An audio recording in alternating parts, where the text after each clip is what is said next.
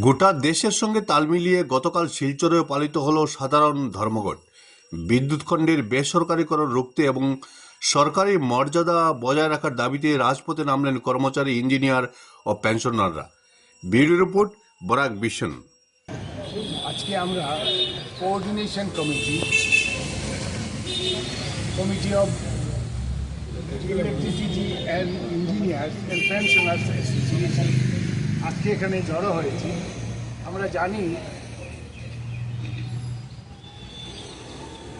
আমাদের government, India government একটি বিদ্যুৎ বিল আমাদের সংসদে পেশ করবে এবং সেটি আজকেই করবে, এবং যার মুখ্য উদ্দেশ্য এই সমস্ত ভারতবর্ষের যত ইলেকট্রিসিটি অফিস আছে বা যেগুলো চলছে, ডিস্ট্রিবিউশন কোম্পানি হোক, সব কিছুকে ব্যক্তিগত মালিকানায় নিয়ে যাওয়া, যার উদ্দেশ্য আমরা জানি।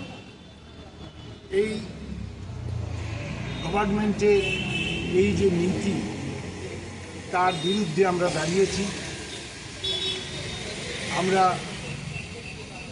এই বিল মানি না। আমরা আমাদের